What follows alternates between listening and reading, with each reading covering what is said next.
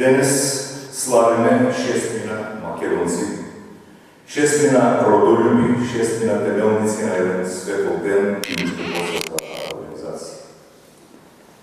Денес го славиме денот Будилник, денот Громовник, денот Светилник, денот над деновите која највести плимата на македонскиот непомирлив родолик. Тоа е тој ден денешен кој не треба да биде горди и одлучен. Тоа е тој ден во кој одбележуваме 128 години од оној 23. октомври 1893 година, кога се појави Никулецот на подоснежната бујна вегетација наречена Внатрешна македонска револуционерна организација ВМРО. Останало да живее овој ден и ќе живее секој ќе чекаат македонци по овај начин плод.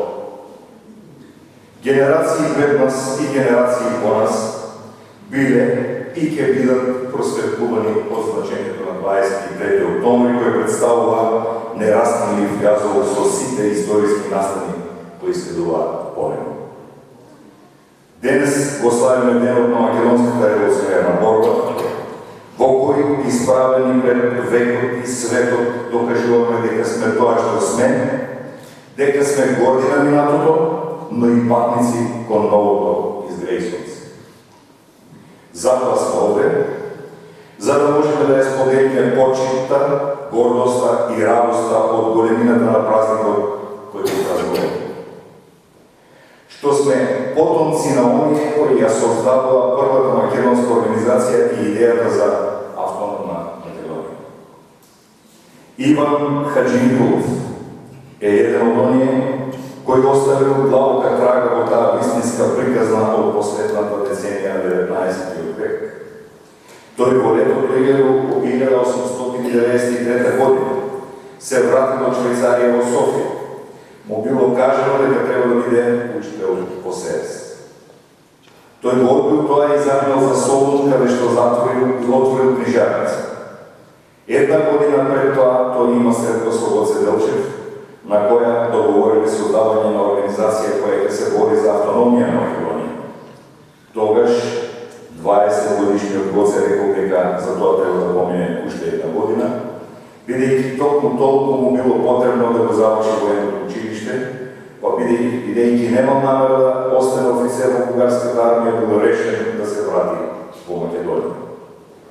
Но во една година од оваа средба Гоце не се појави.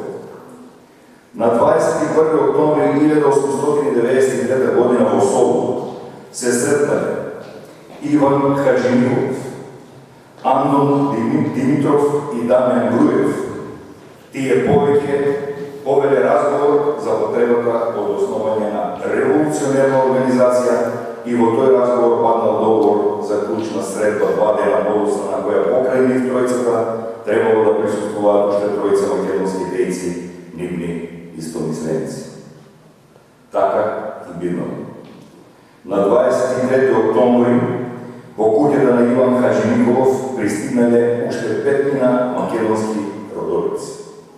Тоа биле доктор Христо Татарчев, лекар, родом од Ресен, Дамјан Груев, учител, родом од село Смилево, Битолско, Петар Поп Арсов, учител, родом од село Богомила, Белешко, Андон Димитров, учител, родом од село Ајватово, Солунско, и Христо Батанџиев, учител, родом од село Гуменџа, Енидже, Парловско. Сите заедно со домаќинот Иван Хаџиниколов, книжар во Солун, а родом од Кукуш, го одржале основачкиот состанок. На истиот шестемина македонски интелектуалци го формирале Македонскиот револуционерен комитет како основ за внатрешна македонско-одринска револуционерна организација, која имала за цел борба за ослободување на Македонија со собствени сили, без помош од народи. Било разгледано прашањето околу дејствувањето работењето како идејната поставеност на организацијата. Било одлучено организацијата да действува револуционерно и сите активности да ги спроведува строго конспиративно, а действувањето да се извршува на територија на Македонија во нејзините природни, етнички и историски граници. Договорот бил во организацијата да членуваат лица родени или лица кои живеат исклучиво во Македонија, без оглед на нивната верска или национална припадност. Основачите почнале да ги шират своите револуционерни идеи меѓу прогресивната младина во Солунската екзархиска машка гимназија. Како резултат на тоа, учениците во гимназијата организирале кружоци, конспиративни групи и други форми на здружување, а по завршувањето оделе во своите родни места каде што вршеле агитација. Младите студенти и нивните професори станале движечка сила на револуционерните активности во рамките на организацијата. Активистите на ТМОРО вршеле обиколка по селата на Македонија и Одринска Тракија и формирале местни комитети. Откако на тој начин се формирала структурата на организацијата, започнал и процесот на создавање на вооружени чети, како и набавка на оружје по илегални канали од Бугарија и Грција.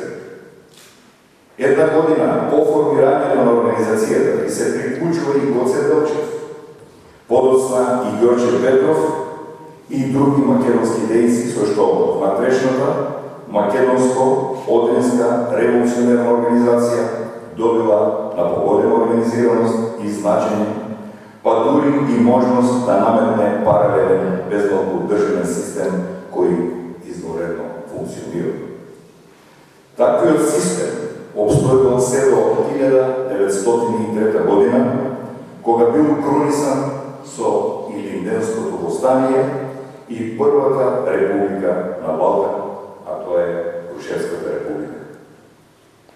Славењето на 128 годишнината од денот кога е родена идејата за конечно ослободување на Македонија од отоманскиот поробувач, во исто време представува и славење на втемелувањето на националниот идентитет, но и на вечниот порив за самостојност и независност.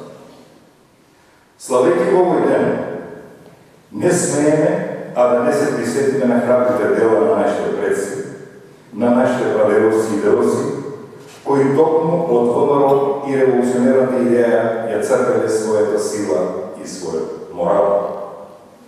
Љубовта кон Македонија, љубовта кон родната грудка и љубовта кон слободарското сонце, за нив била многу поголема од љубовта кон собствените животи. Нивната саможртва и аманетот треба да ги почитуваме, негуваме и славиме, а споменот за нив да го пренесуваме од колено на колено.